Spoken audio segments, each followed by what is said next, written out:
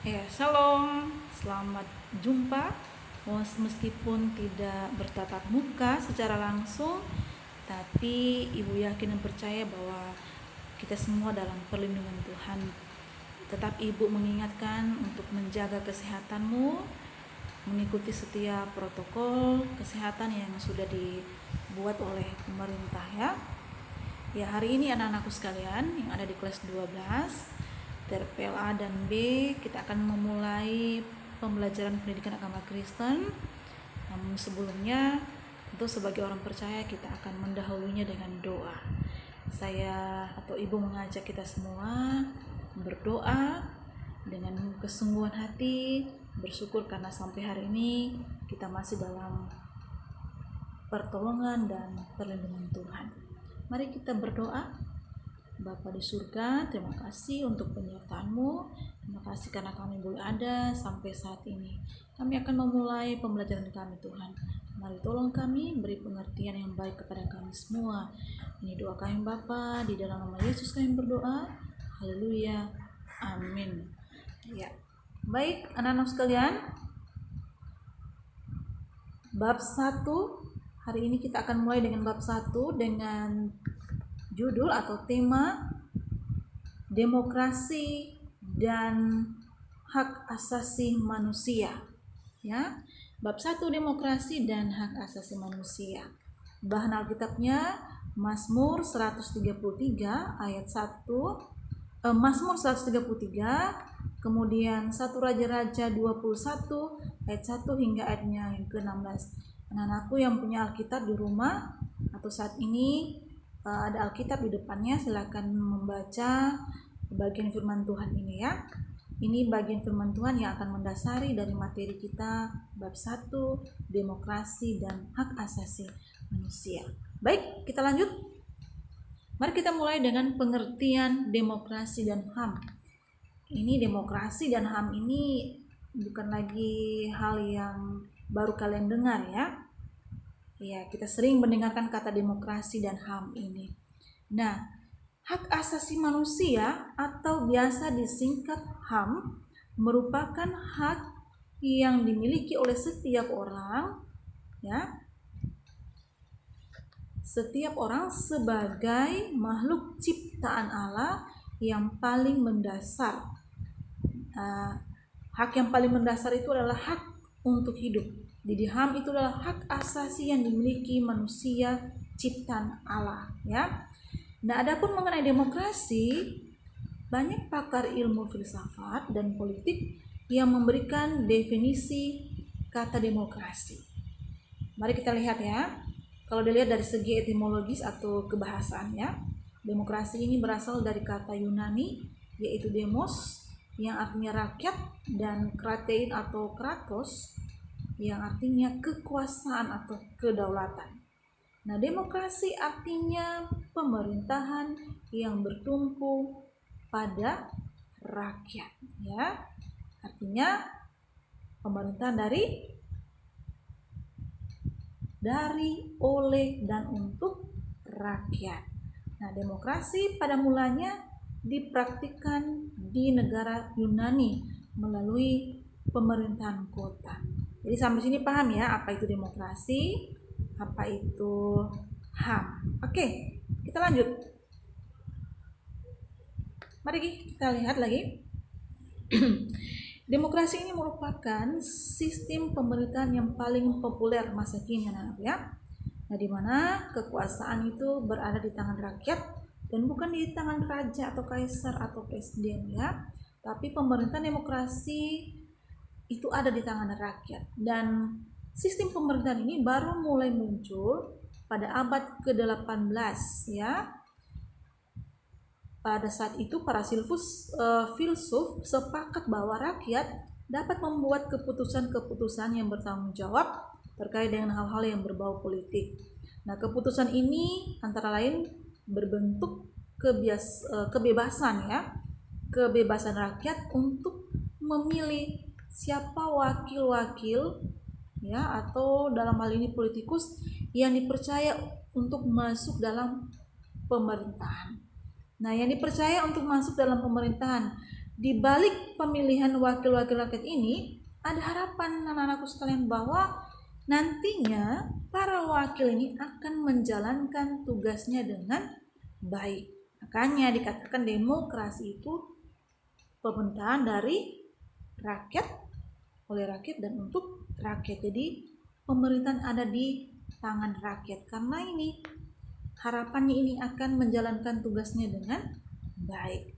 Oke, selanjutnya kita akan lihat memahami demokrasi dan hak asasi manusia dalam Alkitab. Ya. Perhatikan, di dalam Alkitab tidak dijumpai praktik demokrasi dan hak asasi manusia seperti yang kita kenal sekarang, anak-anakku sekalian, ya.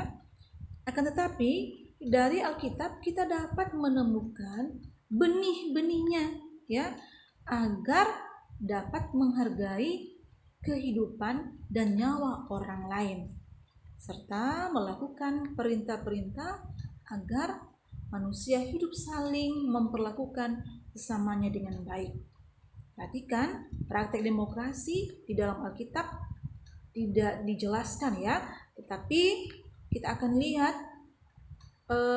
beberapa hal penting memahami demokrasi dan hak asasi manusia dalam Alkitab, ya. Kita akan menemukan benih-benihnya, gitu ya. Apa tujuannya? Nah, ini tadi, supaya manusia itu hidup saling memperlakukan sesamanya dengan baik, ya. Baik, next. Mari kita lihat dari Mazmur 133 tadi di bahan Alkitab di bagian pendahuluan yang Ibu sudah sampaikan tadi. Nah, perhatikan dalam Mazmur 123 berbicara tentang suatu masyarakat yang hidup rukun bagai saudara. Ya, ada lagunya itu, ya. Alangkah indahnya hidup rukun, ya. Nah, masyarakat yang hidup rukun seperti ini tentu akan saling menghargai sesamanya. Betul, ya? Kalau hidup rukun pasti itu karena saling menghargai sesamanya. Nah, mereka tidak akan saling menekan, menindas, atau memeras, ya, apalagi menganiaya. Hidup rukun.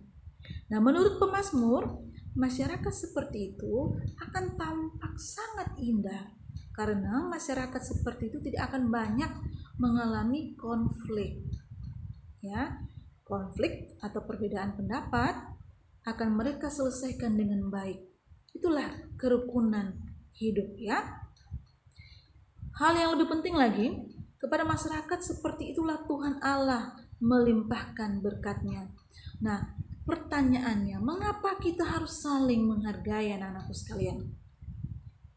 Dalam Kejadian 1 ayat 26 sampai 28 Allah berkata, karena Allah sendirilah yang menciptakan manusia menurut gambar-Nya. Maka terjawablah pertanyaan kita, mengapa kita harus saling menghargai? Karena Allah yang menciptakan manusia itu serupa, mirip dengan gambar-Nya, ya. Harus saling menghargai. Nah, manusia adalah makhluk yang memiliki hak, memiliki martabat, sehingga hal itu tidak dapat dirampas, ya, oleh siapapun. Nah, semua manusia sama di hadapan Allah. HAM atau hak asasi manusia diwujudkan antara lain melalui hidup rukun sebagai sesama manusia sebagaimana tercantum dalam kitab Mazmur 133. Ingat Mazmur 103, ya, kerukunan sesama manusia, ya. Baik, selanjutnya kita akan lihat cakupan demokrasi dan hak asasi manusia, ya. Cakupannya apa saja? Nah, hak asasi manusia adalah hak paling mendasar yang dimiliki oleh manusia dan tidak dapat diambil oleh orang lain. Ingat, ya, hakmu tidak dapat diambil oleh orang lain, bahkan oleh negara sekalipun. Wah, ya. Nah, hak untuk hidup adalah salah satu bentuk hak yang paling mendasar yang diberikan Tuhan pada manusia. Nah, hak-hak asasi manusia mencakup sebagai berikut. 1. Hak warga negara. Artinya apa, anakku? hak warga negara ini mencakup hak untuk hidup dan merasa aman, ya, memiliki privasi, kepentingan pribadi gitu ya, hak untuk berkeluarga, hak milik pribadi, kemudian hak untuk menyatakan pendapat dengan bebas, memeluk dan melaksanakan agama atau kepercayaannya, gitu ya, dan berkumpul dengan damai. Jadi itu hal yang pertama ya, hak warga negara. Nah, selanjutnya hal yang kedua adalah hak-hak politik. Hak-hak politik itu mencakup apa saja? Mari lihat. Hak-hak politik mencakup hak untuk berserikat, membentuk partai politik, ikut serta memilih dan dipilih dalam pemilihan umum, ya, menduduki jabatan pemerintahan dan sebagainya. Itu hak politik. Kemudian yang tiga adalah hak-hak ekonomi dan sosial. Mencakup apa saja? Mencakup hak untuk bebas dari kemiskinan, hak untuk diterima dalam masyarakat dan bangsa-bangsa, dan hak untuk menentukan nasib sendiri. Itu ya, hak ekonomi dan sosial.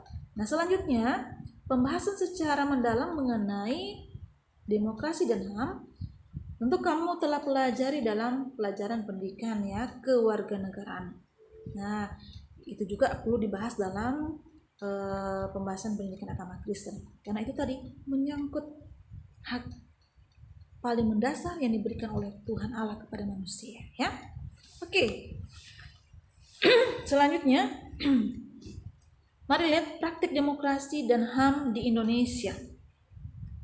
Nah, bangsa Indonesia adalah bangsa yang cukup banyak mengalami kepahitan akibat kehilangan hak-hak dasar sebagai manusia melalui penjajahan selama 3,5 abad. Termotivasi oleh kesadaran HAM, maka para pejuang mendirikan organisasi yang namanya Budi Utomo sebagai organisasi pertama yang bersifat nasional. Nah, apa yang diperjuangkan di sini anak-anakku? Mereka memperjuangkan adanya kesadaran ya untuk berkumpul dan mengeluarkan pendapat sebagai hak yang harus dijalankan oleh setiap orang. Ya, tentu saja gerakan ini pada awalnya ditentang oleh pemerintah Belanda ya yang menjajah Indonesia. Ini gerakan pertama, organisasi pertama yang namanya Budi Utomo. Untuk apa ini? Untuk membela hak setiap warga negara ya dan demokrasi tadi itu. Oke, selanjutnya perjuangan kemerdekaan Indonesia dimotivasi oleh adanya kesadaran dan hak-hak asasi manusia. Nah, perjuangan hak asasi manusia di dunia, khususnya di Eropa dan Amerika, turut mempengaruhi para pejuang Indonesia untuk memperjuangkan hak mendasarnya sebagai manusia, yaitu kebebasan atau kemerdekaan.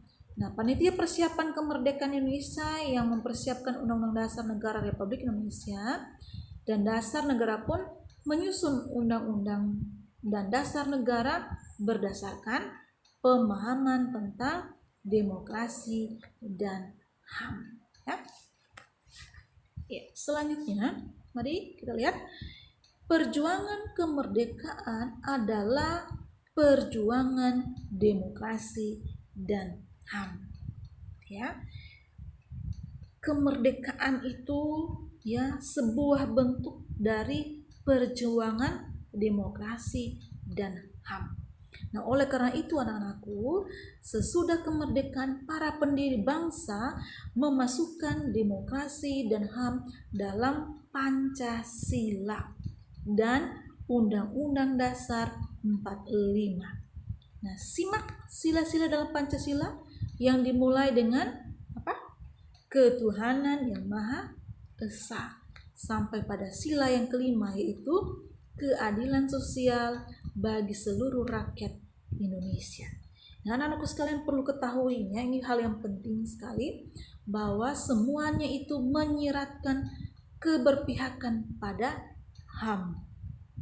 Nah, demikian pula Undang-Undang 1945.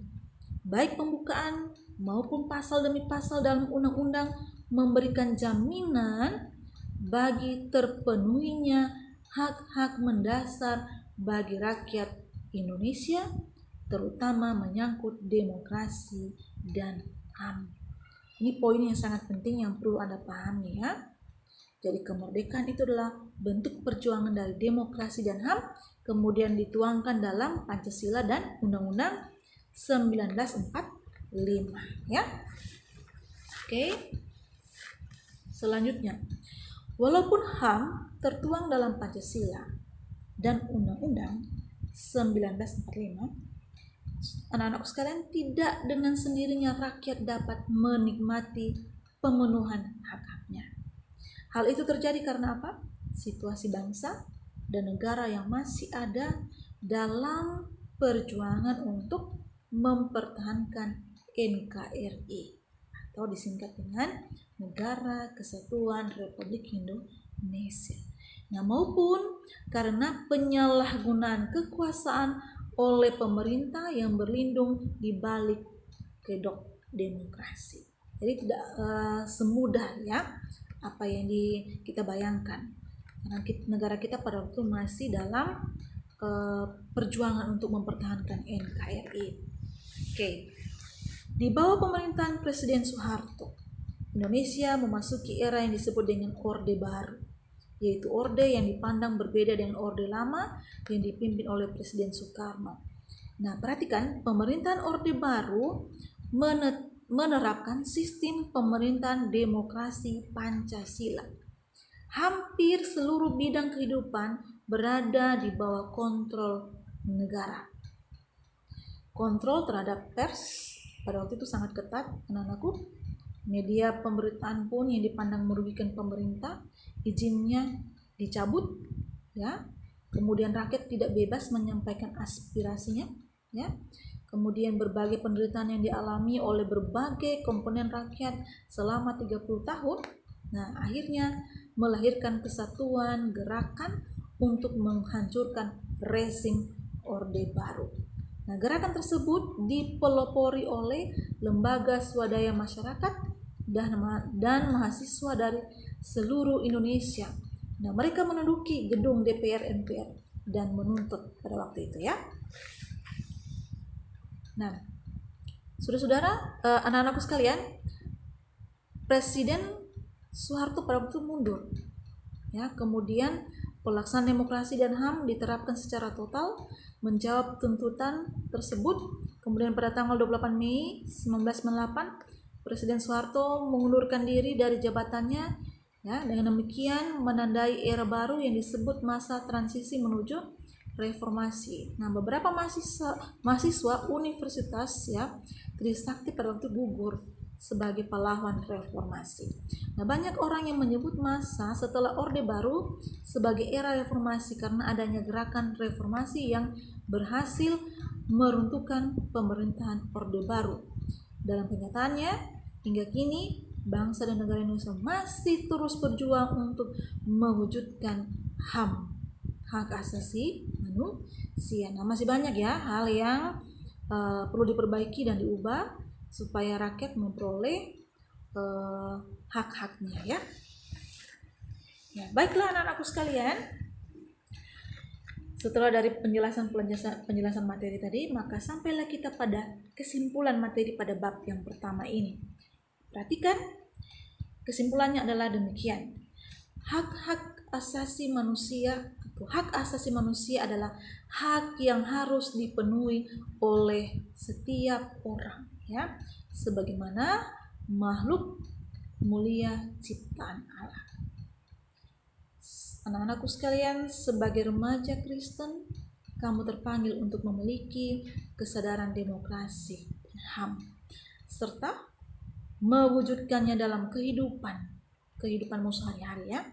Nah, perwujudan demokrasi dan HAM bukan hanya sekedar memenuhi tuntutan negara, masyarakat maupun ajaran iman, perhatikan ya, namun menjadi bagian dari sikap hidup kamu. Ya, saya tekankan di sini,